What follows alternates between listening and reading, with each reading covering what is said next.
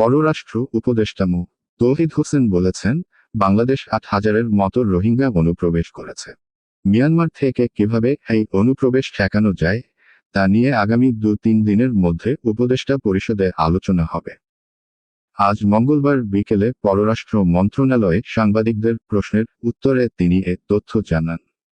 মিয়ানমারের রাখাইন রাজ্য থেকে রোহিঙ্গাদের বাংলাদেশ অনুপ্রবেশের বিষয়ে জানতে চাইলে তৌহিদ হোসেন বলেন, আমার কাছে তথ্য আছে, 8,000-এর মতো রোহিঙ্গা ঢুকে গেছে। এখানে বর্ডারের বিষয়টা যদিও আমার না, কিন্তু যখন ঢুকে পড়ে তখন বিষয়টা আমাদের হয়ে যায়।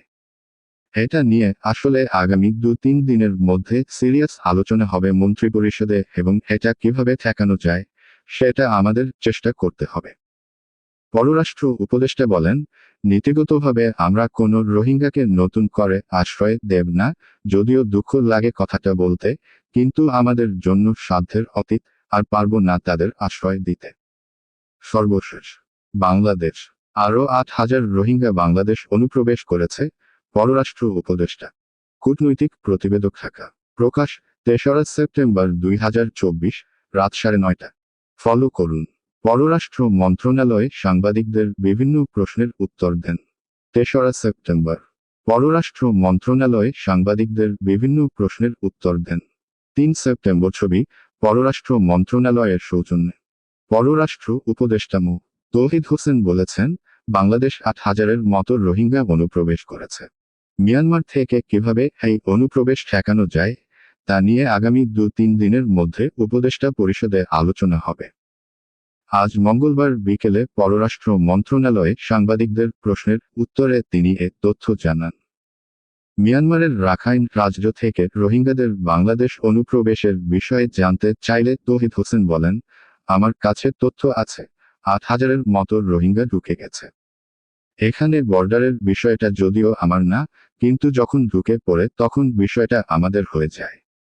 এটা নিয়ে আসলে আগামী 2-3 দিনের মধ্যে সিরিয়াস আলোচনা হবে মন্ত্রিপরিষদে এবং এটা কিভাবে ঠেকানো যায় সেটা আমাদের চেষ্টা করতে হবে। পররাষ্ট্র উপদেষ্টা বলেন, নীতিগতভাবে আমরা কোনো রোহিঙ্গাকে নতুন করে আশ্রয় দেব না, যদিও দুঃখ লাগে কথাটা বলতে, কিন্তু আমাদের জন্য সাধ্যের অতীত, আর পারবো না তাদের আশ্রয় দিতে। যুক্তরাষ্ট্রের ভিসা নীতি দুই দেশের সম্পর্কে কোনো প্রভাব ফেলবে কিনা জানতে চাইলে পররাষ্ট্র উপদেষ্টা বলেন, আমি মনে করি যুক্তরাষ্ট্রের ভিসা নীতি আমাদের সুসম্পর্কের ক্ষেত্রে কোনো বাধা হয়ে দাঁড়াবে না। কারণ তারা সাধারণ ভিসা প্রার্থীদের কোনো বাধা প্রদান করছে না, একটি বিশেষ শ্রেণীর ক্ষেত্রে তাদের আইনানুযায়ী করছে। এটা আমাদের সম্পর্কের ক্ষেত্রে বাধা হয়ে দাঁড়াবে না। যুক্তরাষ্ট্রের প্রতিনিধি দলের বাংলাদেশ সফরের বিষয়ে জানতে চাইলে তৌহিদ হোসেন বলেন, এই সফরে দুই দেশের মধ্যকার সব বিষয় নিয়ে আলোচনা হবে।